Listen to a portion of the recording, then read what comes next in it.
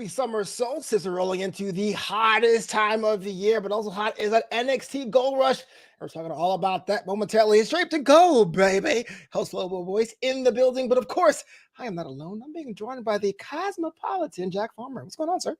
Yeah, I'm feeling good. We got to watch an episode of NXT this week that was actually named after our show. I thought that was actually just really flattering, and I appreciate the guys over at NXT, the guys and girls over at NXT, for naming a double week special event after our show. I think it's a double week because there's two of us. Yeah, it makes sense. I get this week though. I want to say thank you so much for watching it on Facebook, on YouTube, on Twitch, Trovo, and Twitter, LinkedIn too. If you behave, I'm not sure if LinkedIn's going to be in the doghouse for much longer. Make sure you drop a comment. We'll make sure we read them on the show. Like you, Flap, what's going on? But let's get right into the thick of it. Our main event was for the World Heavyweight Championship. The workhorse Seth freaking Rollins taking out Dark Braun Breaker in a contest which Darth I was Breaker. Darth Break. I think we should call him that. I like it. The match was a banger, but what happened before and after and extracurricular activities was something we got to break down as well. I got to ask you up top thoughts about the match. Would Braun make a mistake and the fallout that ensued? I thought that, the winner of this match, as I called it originally, was Braun Breaker. Braun Breaker, in every way, I think, proved that he is ready to be not just on the main roster, not just with the folks over at SmackDown and Raw, but I think he can compete with the very best of that brand. He did not look out of his depth today, despite losing the match. So, despite losing the match, you think he's ready for the prime time? I think that Seth Rollins played some mind games going into this. Will he or won't he be there? Obviously trying to get some friends for backup to help hang out with him. Wait, what? I think that Seth Rollins played some mind games, and yeah, he's a veteran, so of course he understands. And I take nothing away from Seth Rollins. I think he's one of the best to do it. I think he might be the best of the past 10 years. But Braun Breaker, to me, as someone who's still relatively new to pro wrestling, looked like he was very much comfortable at that level. It looked like he was swimming just fine with the Sharks. In fact, it looks like from now on, the Sharks are going to be careful of where Braun Breaker swims. Well, let's get some context in there. Looked like Seth Rollins, who's always doing mind game because he's always unhinged, really connected with Carmelo Hayes and Trick Mello Gang backstage and having them come out to save him because Finn Balor got involved in the match. Jack, the co-leader of Judgment Day, has a personal score to settle with the Architect, and apparently spilled over to Tuesday nights.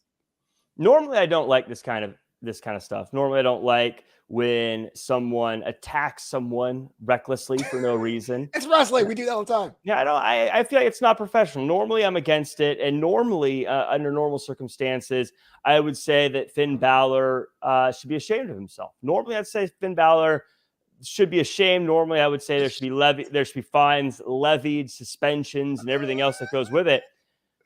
But this is what Seth Rollins asked for. Seth Rollins wanted this. He begged for this. He was saying, Finn, I want you to be more aggressive. I want you to come at me, bro.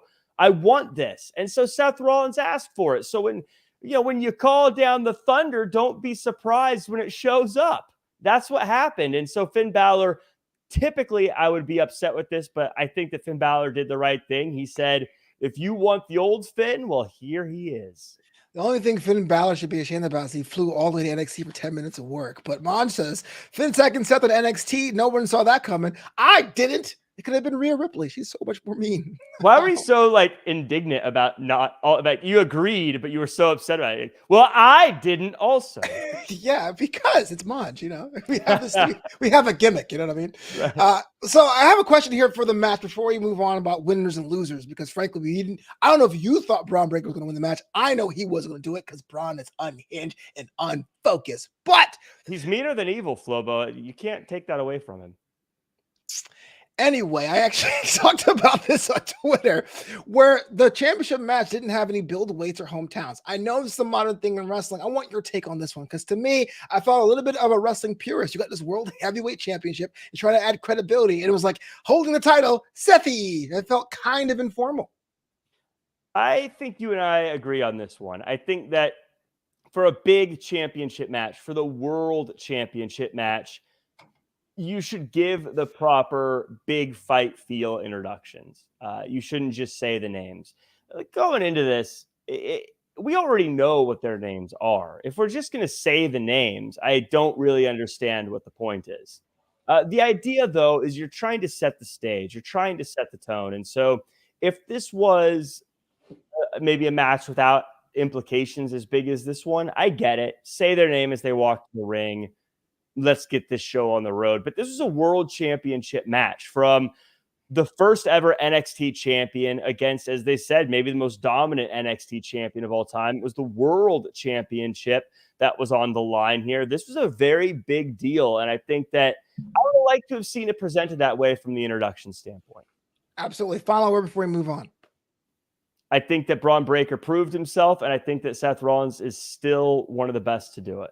I do think that Braun Breaker passed any kind of test if this was a test, but at the end of the day, we always say you have to get them dubs. Before we move on to our next matchup, got a little bit of announcement. This Sunday is my birthday. I asked Jack to hang out with me, but he's too busy. Anyway, you can celebrate with me by liking, commenting, and leaving a review of Draped in Gold. Since coming back, we want to make sure that we understand what the people want. So let us know with 5 stars. You know, Jack, I got a little bit of problem here. You know, it's not about the main event scene because that's dope.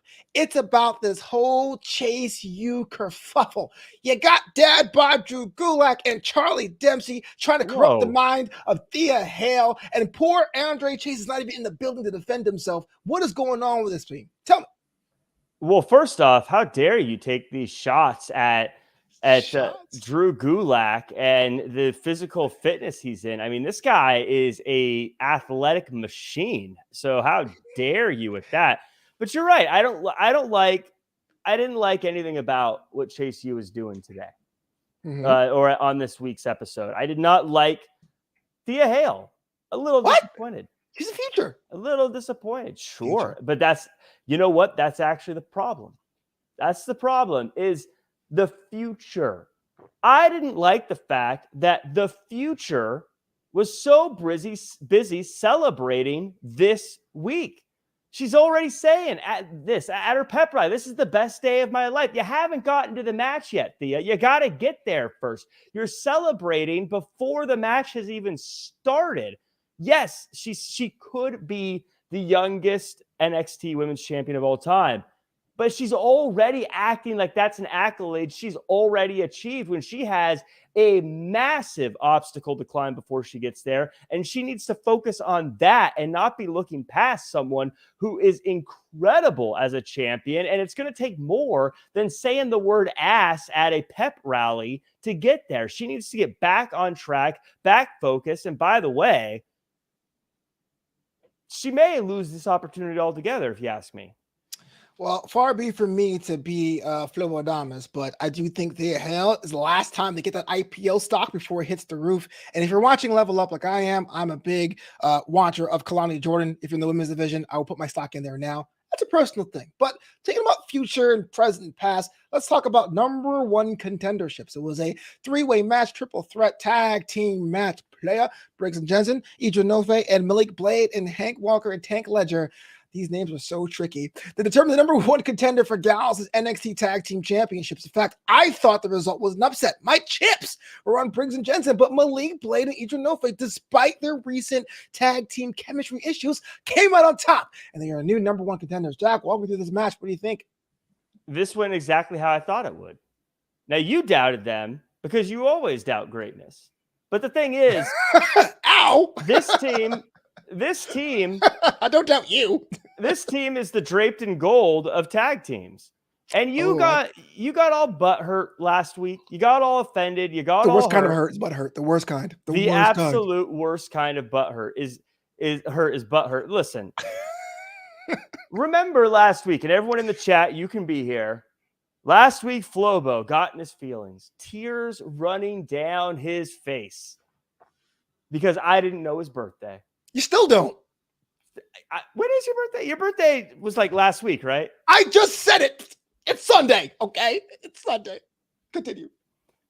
Who was the team that won this match? The team that's not bothered about all the silliness like when is your birthday. It was the team that was about winning. It was the team about trying to get the dubs. Idris Enofe and Malik Blade, they won this match because they don't care about those things. Sure, it felt a little awkward that maybe everyone else knows each other's birthdays, but you know what Malik Blade and Idris Enofe know that the other teams don't? What's that? What it's like to be number one contender. That's not true. You got Briggs and Gents who actually had gold before. They were number one contenders at one point. That's why I have them with the experience win the matchup. That's why it's a surprise to good old Flobo. I'm talking about number one contender today. I mean, number one contender before, who cares? That was a lifetime ago when those guys were champions, when they were number one contenders. I'm talking about today. What have you done for me lately? Wow. Here's my next question then. Despite the result or because of the result, should Gals be worried about the new contenders for the championships? Last week, I would have said that Idris and Malik didn't stand a chance against Gallus. But after this week, there are problems with Gallus. Gallus is having multiple threats from multiple directions. And as we saw in this week's episode, it might be too much for Gallus to handle. Well, they're down a man because Joe Coffey's taking a ride in the back of a truck. Oh my gosh! Well, that's what I'm getting. That's what I'm getting to. Los Lotharios, they're getting under the skin of Gallus, and they've been around the block. They know what they're doing. They're needling over at Gallus and looking for cracks, and they're gonna find him eventually. And as you just mentioned, Stacks proved me wrong. He said I didn't think he had what it took, but look, he did something incredible here. He got Joe Coffey, the Iron King, in the back of a trunk and driving him off the property. Tony D'Angelo may have an ace in the hole that I didn't expect him to have. Well, we're going to go off the script just a little bit. It's now time for impromptu general manager pick'em. So you talk about the highs of how Idris Enofe and Malik Blade are. We know how dope Gallus is. And Los Lotharios actually have proven themselves to be worthy adversaries to NXT by staring down the opposition. Now, you're the general manager of NXT Fake. If you had a chance of drafting one of those teams and one of those teams only, which one would you pick? I'd draft Gallus. Interesting. Despite the fact we have Idris Enofe and Los Lotharios in there, you're going with the boys from Glasgow.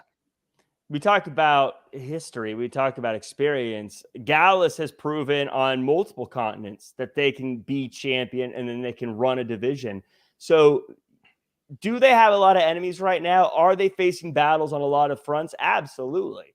But when I look at the history, Gallus boys on top. On top. By the way, shout out to everyone in the chat hanging out.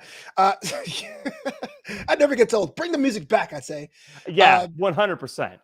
Speaking of music, Eddie Thorpe's backstage DJing to nobody in particular. When Damon Kim shows up and says, look, I picked my stipulation. I'm bringing back Raw Underground to NXT.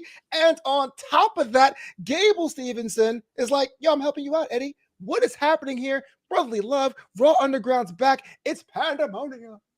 That's the biggest news of the century. Raw Underground making a return of the greatest pro wrestling programming ever created. Raw Underground.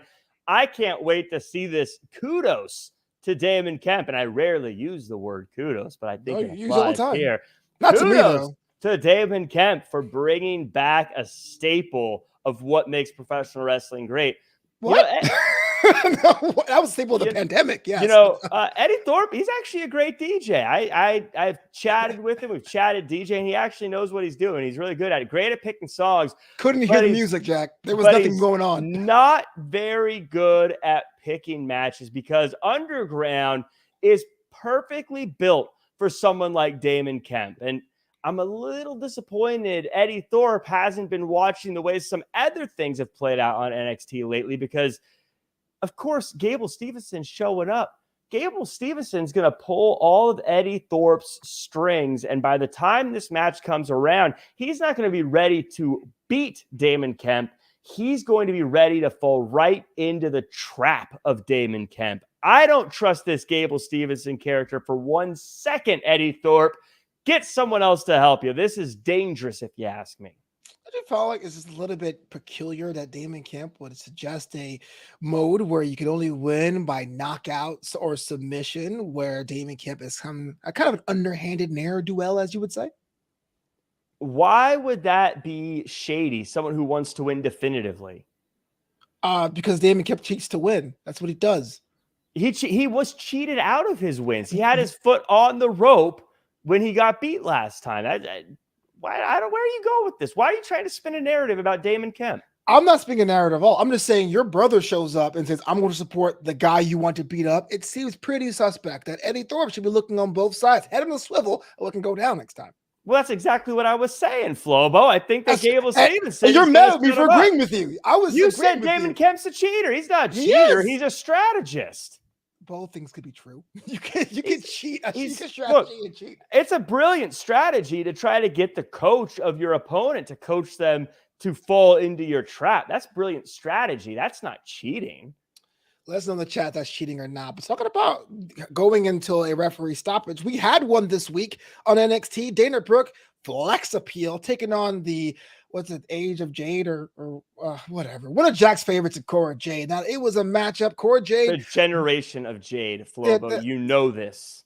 I got my stock in Thea Hale, so I got to be a hater when I can. I got to make sure I boost my stock more than anyone else on the roster. But it was a tough match. Dana Brooke did look strong, even though she powered through a knee injury. Just wasn't enough for the resident mean girl NXT. Question I have for you, it's twofold. Dana Brooke, where does she go now? Looks like that vacation NXT is now a nightmare. And Cora Jade has probably bigger things on the horizon. What's next for her?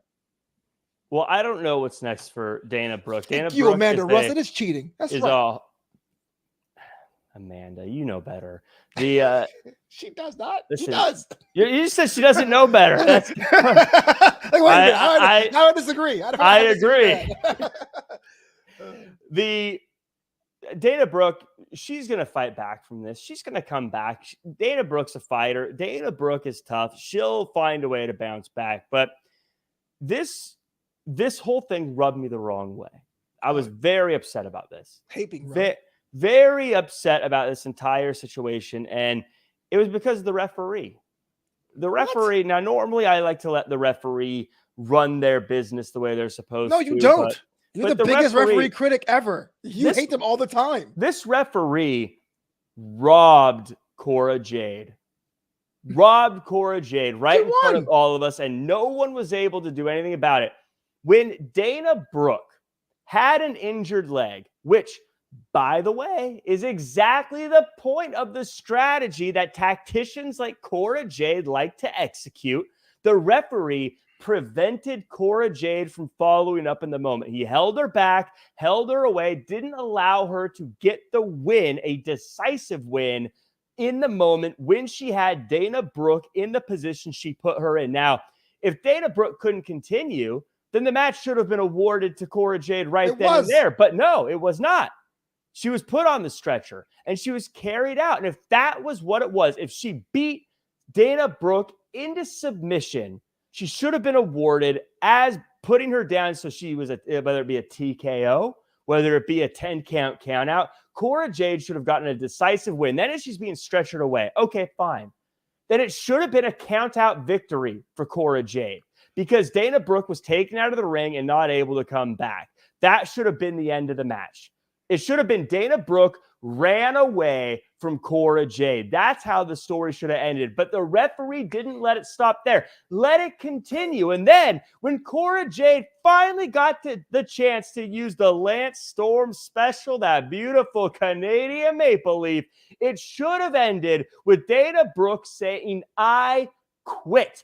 But again, the ref tried to save Dana Brooke and stopped the match. That is not fair. Referee stoppage implies that it was the referee's decision to end this match when it should be noted that this match ended because Cora Jade dominated Dana Brooke, broke her on multiple occasions, and handedly defeated her, not because the ref decided the match should end.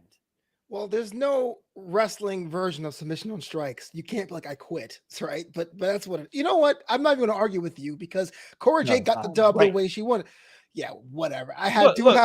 The record book is different. A referee stopping the match is a very different result than someone quitting, than someone being beaten into submission.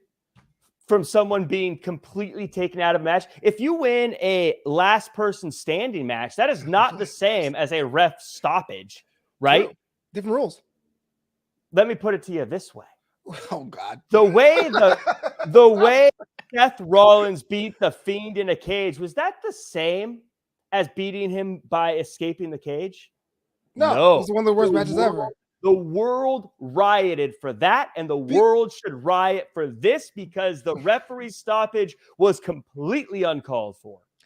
Hell in a Cell has to be completed with a pinfall submission. Regular matches don't, but that's not the point. I got to move on because I have a question. Well, about neither of those clearly is true because the cage match did end in a referee stoppage, and it was the worst match ever. Shouldn't have.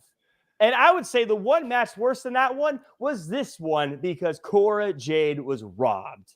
Okay, so I actually have a positive Cora Jade question coming up. But first, I want to say I think I'm done with the picture-in-picture breaks. And I was like, every time Vic Joseph tells me, don't miss a second of the action, there's picture-in-picture break. I'm like, oh, come on. Because the one thing I noticed in this match, I want your opinion on, there were lots of chance for Cora Jade, a lot of chance for Dana to tap out. Question I have for you, maybe the resident mean girl is becoming more softer, maybe a fairer side of Cora Jade to the CWC audience. Well, I'm glad. First, I want to talk about picture-in-picture because I actually ranted about this on Monday night on another show I'm on. It's my biggest gripe in all of pro wrestling. The picture-in-picture, and I've talked to you offline about this. It is my least favorite thing in wrestling. We need to stop them. We need to get rid of them. They are. I didn't used to care, but last night I did, or this week I was like, wait a minute, this is actually something that's very important. But continue. It's a travesty in how it absolutely is the worst thing. I understand that there's marketing dollars and all this other stuff, but just go to a commercial break and come back or whatever. I don't care. But you are not getting away with a commercial during the match. It absolutely takes me out of the match and makes the match feel pointless. It's a horrible thing. But anyways, yes, people were cheering for Cora Jade very loudly, very obviously. You couldn't ignore it. Nope. Because there's two reasons. One, because Cora Jade is great. People should cheer for her. People, unlike you, Flobo, like greatness. And they're all of a certain generation, a generation of Jade. Okay. Elsewhere in the women's division, we had a tag team match player as Ulysses Leon and Valentina Rose. By the way, before injury, Ulysses Leon was another person I said keep your eye on against Jakara Jackson and Last Legend of Metaphor, which, by the way, not a fan of the spelling, but hey, that's besides the point because Bobby Lashley is the all-space mighty. Last Legend gets to win with the boot. One of the first wins Last Legend had in a long time. So this might be a good positive thing for her, rolling with Noam Dar. But I got two questions for you, Jack. One, is Noam Dar legitimately hurt? Because I can't find anything about that. And two, is Metaphor going to be the force in the women's tag team division? This was a huge win. Well, I don't know about Noam Dar. I mean, he's obviously really hurt. Why wouldn't he be? I don't know why you would doubt. He cheated injuries before. I don't know why you would doubt. I don't know why you'd call him a cheater as well, a champion like that. I don't know why you'd call him a cheater. Again, you willy-nilly call people cheaters. I don't know. Cheat. Again, I don't know why your bias is showing so much, but this match was a really, really big win for Metaphor. And I think it was a little undersold as an important match, but this one was actually really big. Gold Rush, a lot of titles on the line, so I understand that it might not be as big as some of the championship matches we got, but the tag team divisions are soon going to be merged into one, and I think that this win is going to do a lot to move the next contenders into place, which is probably why the locker room was emptying as it was happening and other tag teams wanted to come out and watch it. Legend and Jackson, they really positioned themselves well here. And regardless of how they spell the group Metaphor name or what your thoughts are on Noam Dar, I think that this was a very underappreciated big win for the two. Yeah, absolutely. I think one of my issues I had with Jakara Jackson on Level Up being brought over to the main NXT roster was that she didn't really have much to say. She showed up, she had attitude, but I didn't really know what she was about. But of course, when you hang out with Noam Dar, you can't be all that great. No, I'm just kidding. Fantastic effort across the board. Yes, I'm going to tell Shaw Samuels. Oh no, please don't, please don't. I owe him money. Please don't tell Josh Samuels. Please don't tell East Wind booking. No. But what do you say about Lola Vice and Electra Lopez showing up? It's kind of the same thing you were saying before about the depth of the tag team division. But what do you think, Jack? Is it going to be an NXT thing? Do you think it's going to be a main roster thing? Where do you think that the focus will be for women's tag team wrestling?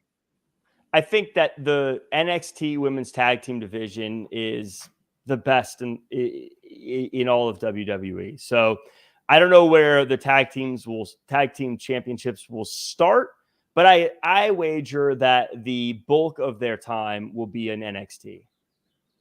I like it. I think it should be fun. Almost like when 205 Live was like treated seriously for like 3 months. You know, those are good days.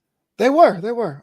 Speaking about serious, I guess we had a very revealing promo package featuring Von Wagner and Mr. Stone, where Von, and I apologize for mispronouncing this, Von says that he was born with trigonocephaly, which was actually a skull condition. He just provided the photos. Had a very open moment for Mr. Stone. It looked like there was a bit of consensus or even catharsis of what these two men want from each other and what they want to achieve.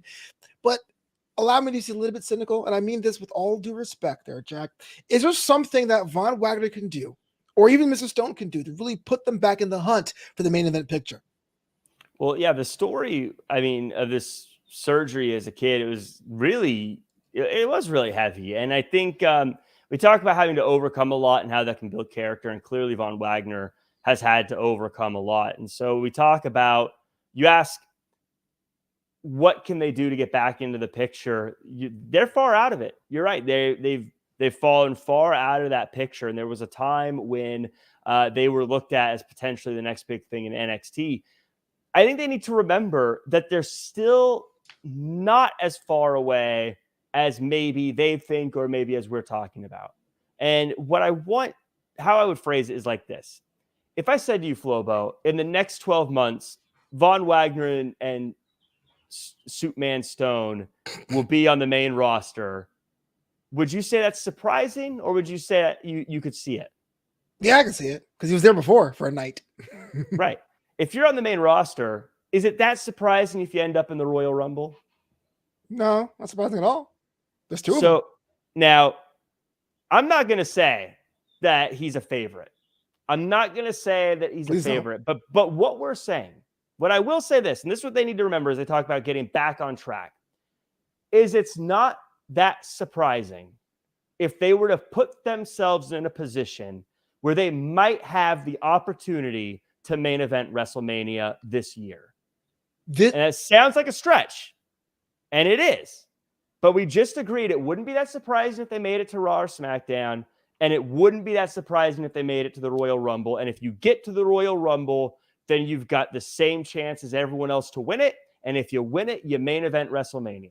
That's what they need to remember. That is the most Von Wagner will main event WrestleMania terms and conditions apply I've ever heard in my life. That is a lot of steps anyone has to take to make themselves happy within a year. That's dang near impossible. Man. I did not say it was likely that they would main event WrestleMania. I did not say that it would happen.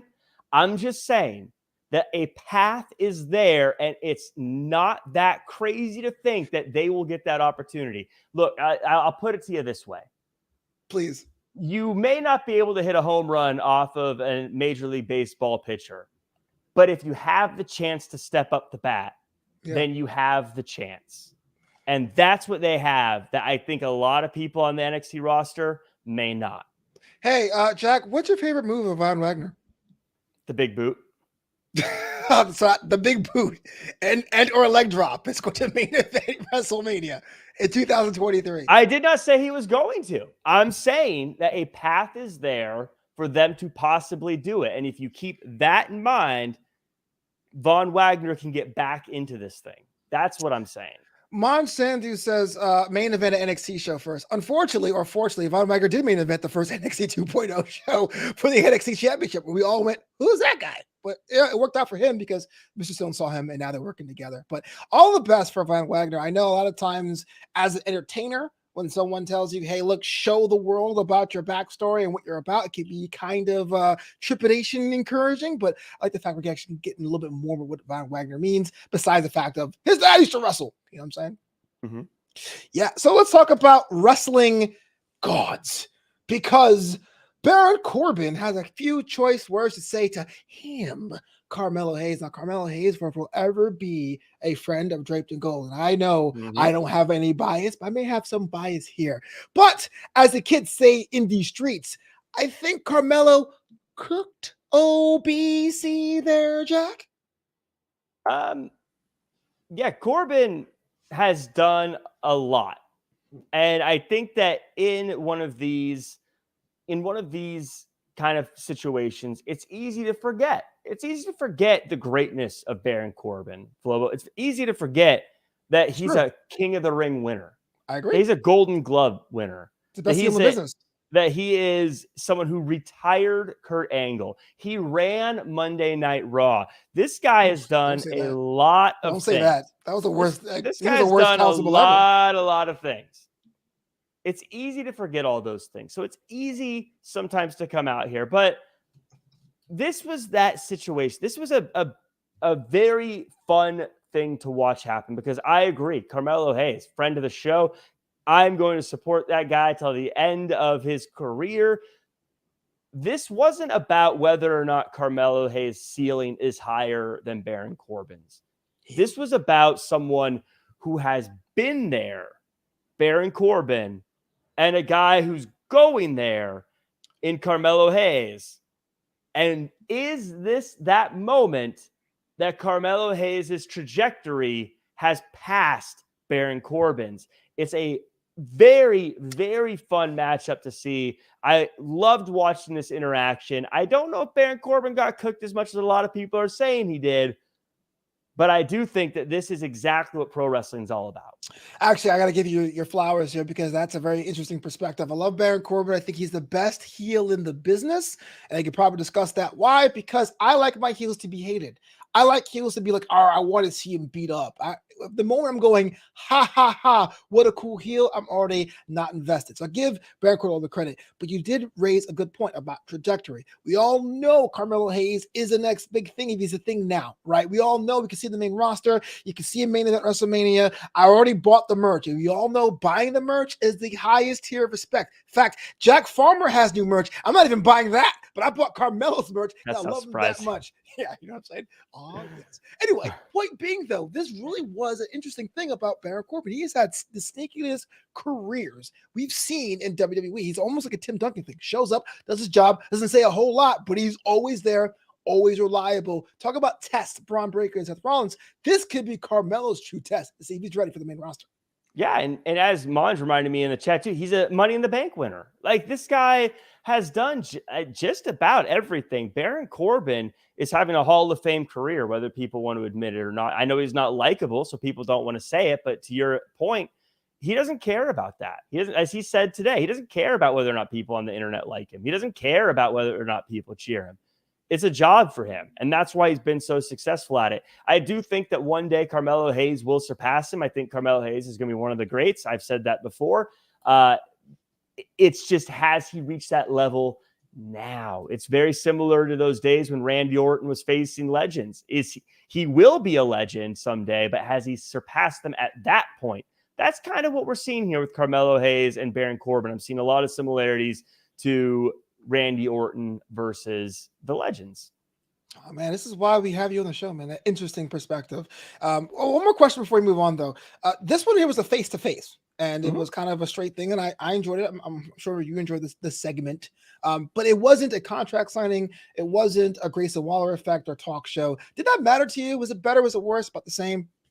I like the face-to-face. I think you cut through all the red tape. You just get right down to it. I want to see these guys chat. And I've said throughout this show about people who attack other people or get physical when they shouldn't, like how Thea Hale should be stripped of her opportunity and suspended for attacking the champion for no reason. But these guys are pros. They're professionals. It was supposed to be a chat. They had a chat. And they moved on. And that's why Baron Corbin's great. I think a lesser person would have tried to get the sneak attack in or something like that. No, he's a pro. He's not here for that. He'll fight when he gets paid to fight. Maj Sandu has puns, a wrestle pun, which means I hate it twice. Goes, Mello has a trick up his sleeve. Boom. A North American title was on the line here with a matchup being called right down the middle by Mustafa Ali. Tyler Bate, the big strong boy, against Wesley. Wesley said twice, or there was talked about him twice being the best North American champion of all time, even though Jack Farmer disagrees. The match, I thought, was a banger, but it seems that Wesley cannot be stopped. So many questions around this one. I want your take on it, but keep this in mind. Tyler Bate is 0 for 2 for his last title challenges. It's a big, strong boy going off the rails. I would like to say that the reason I don't think he's the best of all time is because of Carmelo Hayes. I think Carmelo Hayes is the #1 North American champion of all time. You may sound like I'm being disrespectful to Wesley. I like Wesley. Oh, I think no, he's done an I incredible actually job. agree I with you. just, I just We think talked about it last week. I got you. You're fine. You're fine. This time you're great. But as far as Wesley goes, the champ, this performance was incredible. Pro wrestling is a physical game, but it's also a mind game, Flobo. And I want to start with the physical game. This was possibly, and I say this knowing just how long this championship reign has been, this was probably the best Wesley has been physically. And I say that because this was the hardest hitting that I've seen Wesley. And I'm not talking about the flips. I'm not talking about the high flying. I'm talking about the punching and the scrapping and the brawling. He was throwing some heavy leather in there. And yes, there were some outside forces at play, but in the end, Wesley won this match because Tyler Bate was knocked for a loop, and that was the result of those shots, those punches, those kicks. That said, the mental side, Wesley clearly getting played here. Ooh, so did Ali call that in the middle or no? Well, as you know, we talk about Ali. I mean, I think it's easy to think of pro wrestling as this barbaric combat sport, but it's more closely related to a game of chess. And I think Gold Rush was Mustafa Ali's sacrificing a pawn called Tyler Bate so that he could take the king, Wesley, later. Booker T said it best. Wesley trusts too much. And because of that, Ali was able to stir the pot, mess with the heads of the competitors. Ali has the focus and has made Wesley lose focus. And now Wesley is ripe for the picking from a guy who knows how to win championships in Mustafa Ali. Well, I'm with you 100% because it does seem pretty shady of how these counts were kind of quick. We'll probably see how that goes. We have another next week is night 2 of NXT Gold Rush. Let's go through these matches real quick and let me know your thoughts about it quick as we can as we wrap this up here today. The NXT Women's titles on the line as Tiffany Stratton, the center of the universe, takes on Chase Hughes. Thea Hale, thoughts about this one? I think that Thea Hale is going to come in strong next week. I think she's coming faster. You see a lot of fire when that bell rings. I think Tiffany Stratton's going to be able to weather the storm, and Tiffany Stratton's going to retain. Well, there might be something different in the tag team stakes as Idris Enofe and Malik Blade take on Gallus for the NXT Tag Team Championships. This one's probably the hardest one to call because I think that both teams have some issues. I'm going to go with Gallus here, and it really just comes down to the fact that Gallus is fresh. Yes, they've got some things they got to worry about. They got to worry about Joe Coffey. They got to worry about Los Lotharios and Stax and Tony D and everything else, but physically, they're fresh, and they know what to do. Once the bell rings, they're not thinking about Stax. They're not thinking about Lotharios. They're not thinking about any of that. They're thinking about winning. Idris Enofe and Malik Blade just had a battle that they went through, and they're not going to be 100% by next week. And that's going to be the difference. I go with Gallus here. Well, no love is going to be lost as Kiana James takes on Gigi Dolan in a grudge match next week. This was an interesting thing here. I think being creative, Gigi Dolan, that is, being creative can be helpful in a sport like pro wrestling. Being a reject can absolutely be helpful. Because you're used to not having everyone's approval, and you can do what it takes to win, whether or not it's a popular thing to do. But what's better than that is focusing on results, because sometimes the popular thing is the right thing. Sometimes the unpopular thing is the right thing. The only thing that matters is the results. And that's why Kiana James is so focused and really set up for success.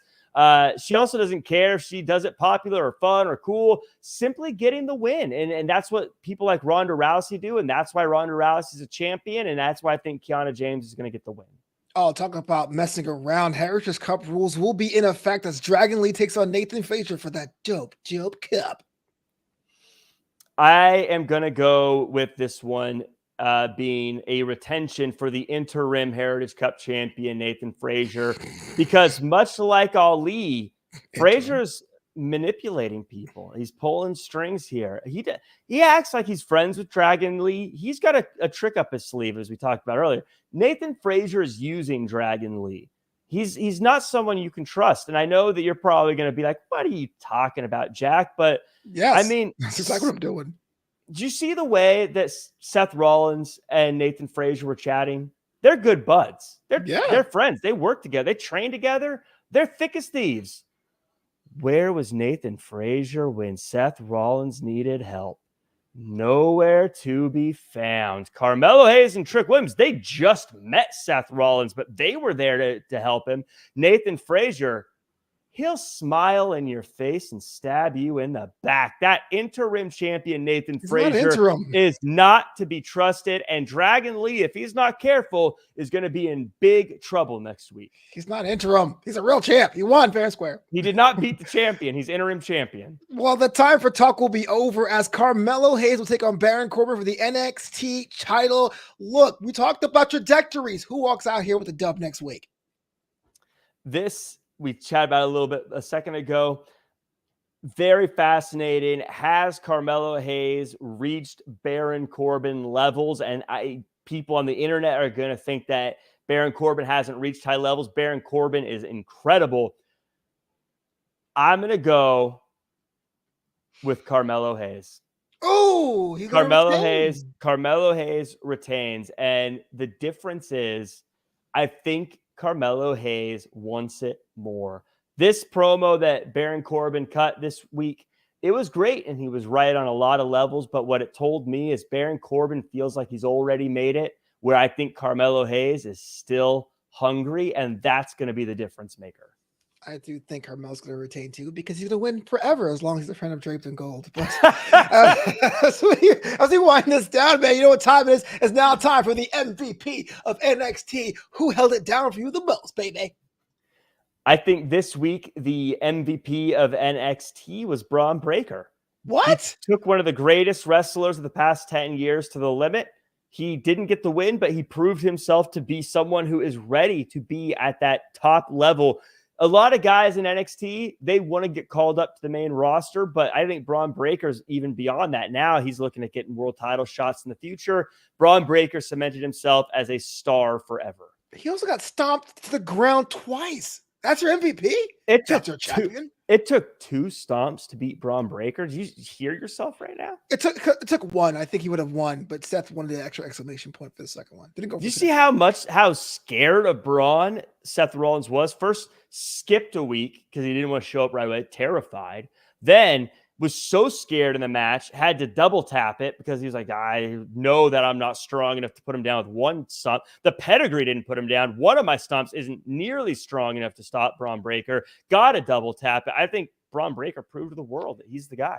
Well, I'm close, but no cigar here. Got to give it to Seth Rollins. Here's somebody that actually won his match, retained this title, proving that they have the workforce, and built relationships with both Nathan Frazier and the NXT champion and Carmelo Hayes. You take Seth Rollins out, this whole episode falls apart. I'll give it up to Seth Rollins, the architect. Whoa, the guy whose own friend Nathan Frazier left him hanging. The guy who's got beaten down by Finn Balor and probably had to be helped back to the back and be looked at again. You leave me hanging all the time. You're still my boy. The one who leaves someone hanging is the MVP, not the one who gets left out there. Oh, so you're the MVP of the show. I see how it is, Jack. I'll let you say it. Anyway, I meant what I said earlier at the top of the show. Make sure you like the comment, the show, all those 5-star reviews. We need those, especially now we have the revival. You want to be able to bring back new shows, maybe more shows, more content under the Draped in Gold banner. Jack, what are you doing this weekend? Where are you going to be? So I'm going to be on the call at Santino Bros tomorrow, where I'm going to be calling. We actually got some big matches there. It's going to be available on YouTube and Fight TV. Make sure to check it out. Also, I'm going to be ring announcing and on the call double duty all by myself. Show them the guns. At the Influencer Fight League, we have a sanctioned championship match happening, and it's going to be a big one. I'm very excited about it. Plus, lots of other big names will be there punching each other in the face. You can check that out on Fight TV as well. You oversold it. I wanted hearty discussions, disagreements settled in the ring, but the punching, oh my god! But yes, this is Draped in Gold every Wednesday. Say every Thursday, every Wednesday here on your podcast service. Jack Farmer, if someone to connect with you online and be your friend and stalk you crazily digitally, how they go about doing that? Like the way Diamond Mine was stalking digitally Schism that you brushed over tonight. Yeah, you can follow me at Real Jack Farmer across all social media and figure out all the places I'm doing cool stuff. Love is blind. Flobito.com, FLOBITO.com. I really do mean it. I'm going to be old on Sunday. Not sure how I'm going to celebrate. So if you have suggestions, please let me know because I'll be all allowed. But until next Wednesday, my friend Jack Farmer said the words. Do your best and be yourself.